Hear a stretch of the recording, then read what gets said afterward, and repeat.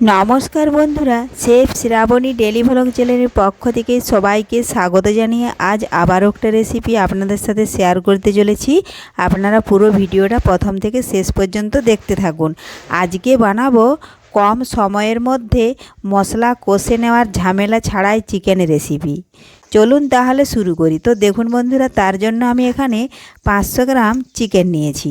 চিকেনটা ভালোভাবে 2 থেকে 3 বার আমি ধুয়ে নিয়েছি। এখন এর মধ্যে কিছু মশলা দিচ্ছি। তার মধ্যে প্রথমেই দিলাম আদা বাটা, জিরে, গোলমরিচ, দারচিনি বাটা, আর দিচ্ছি আমি রসুন বাটা। দেব পরিমাণ মতো হলুদ গুঁড়ো,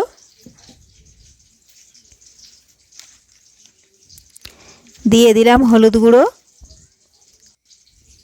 এখন দেব স্বাদ মতো লবণ। এখন হাত দিয়ে ভালোভাবে উপকরণগুলো দেখুন আমি চিকেনের সাথে মাখিয়ে নিচ্ছি। তার আগে যদি কোনো বন্ধু আমার চ্যানেলে নতুন হয়ে থাকেন, চ্যানেলটি সাবস্ক্রাইব করে বেল আইকন হলে সেট করে দিন সবার প্রথমে আমার রেসিপি পেতে। দেখুন বন্ধুরা, মাখিয়ে নিয়েছি। এটা এখন কিছুক্ষণের জন্য আমি রেস্টে রেখে দিয়েছিলাম। এখন আবারও দেখুন টমেটো কুচি নিয়েছি, সেটা মাখিয়ে নিলাম। এই দেখুন, এইভাবে আমি আবারও কিছুক্ষণ রেখে দেব। এরপর দেখুন আমি এটা করব কাঠের জালে, মাটির উনুনে। তাই আমি দেখুন কড়াই বসিয়ে দিয়েছি। কড়াইয়ের মধ্যে পরিমাণ মতো সাদা তেল দিয়ে দিলাম। আমি এখানে সাদা তেল দিচ্ছি, আপনারা পারলে সরষের তেলও দিতে পারেন। তো দেখুন বন্ধুরা, তেল ভালোভাবে গরম করে নিচ্ছি। তেল ভালোভাবে গরম হয়ে গেছে, দিয়ে দিলাম তেজপাতা, গোটা গরম মশলা, একটু ভেজে নেব।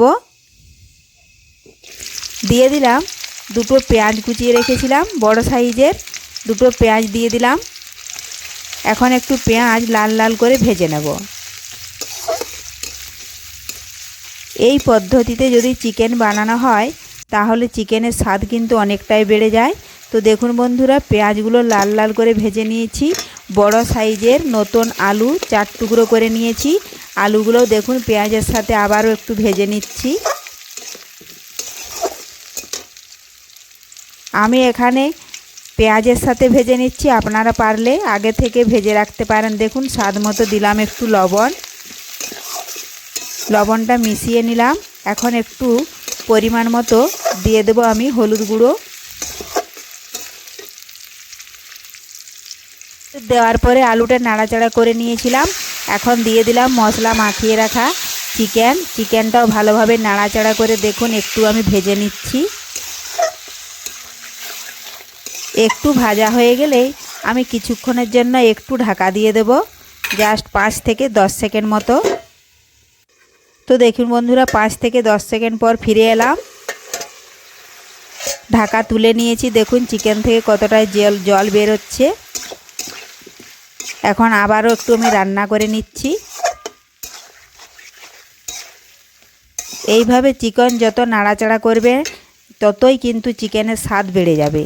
দেখুন এখন দিয়ে দিচ্ছি আমি পরিমাণ মতো একটু ঝাল লঙ্কার গুঁড়ো, আর দেব আমি কালারের জন্য একটু কাশ্মীরি লঙ্কার গুঁড়ো।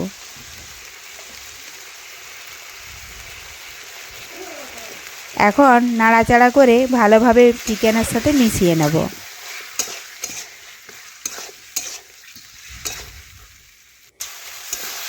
দেখুন বন্ধুরা, ভালোভাবে মিশিয়ে নিয়েছি আর চিকেনটা কিন্তু কষানো হয়ে গেছে।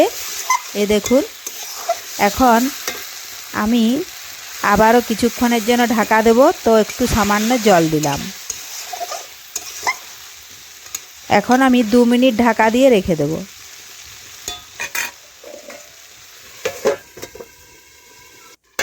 ফিরে এলাম বন্ধুরা, দেখুন 2 মিনিট পর। দেখুন চিকেন আলু ভালোভাবে সেদ্ধ হয়ে গেছে। এই দেখুন জল যতটা দিয়েছিলাম কিন্তু জল নেই, শুকিয়ে গেছে। আমি একদম শুকনো শুকনোভাবে কষে নেব।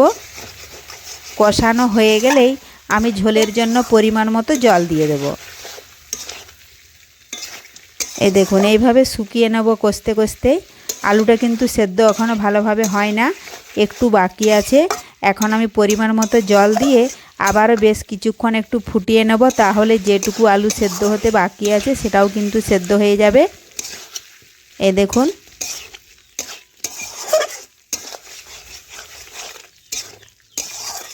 খুবই সহজ একটা রেসিপি। তো আপনারাও বাড়িতে এই পদ্ধতিতে একবার চিকেন রান্না করে দেখুন, মশলা কষানোর ঝামেলা ছাড়াই। খেতে হবে দুর্দান্ত স্বাদের।